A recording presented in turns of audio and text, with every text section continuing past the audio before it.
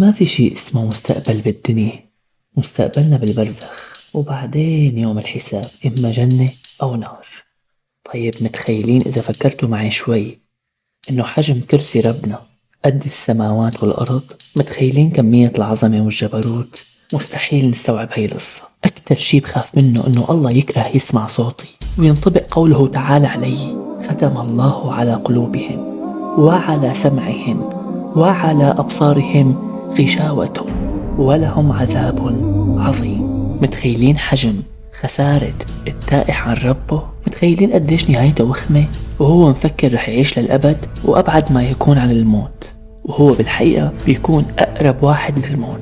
ليش دائما ببالنا قصة يأجوج ومأجوج ونضل منقول رح نلحق بعمرنا نشوفهم ونشوف الأحداث المرعبة اللي رح يقوموا فيها؟ أكتر لحظة منتظرين نتيجتها كل العالم، كلنا من دون أي استثناء، لحظة خروج روحنا من جسدنا لحتى نشوف مين رح يستقبلنا، ملائكة الرحمة أو العذاب.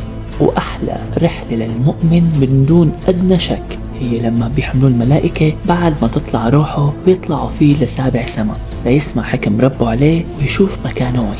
طالما أنت فيك نفس وعم تشوف هالمقطع لسه معك وقت لتتوب وترجع، لسه في أمل. لا تحرم حالك من نعيم أبدي كرمال نعيم مزيف دنيوي زائل.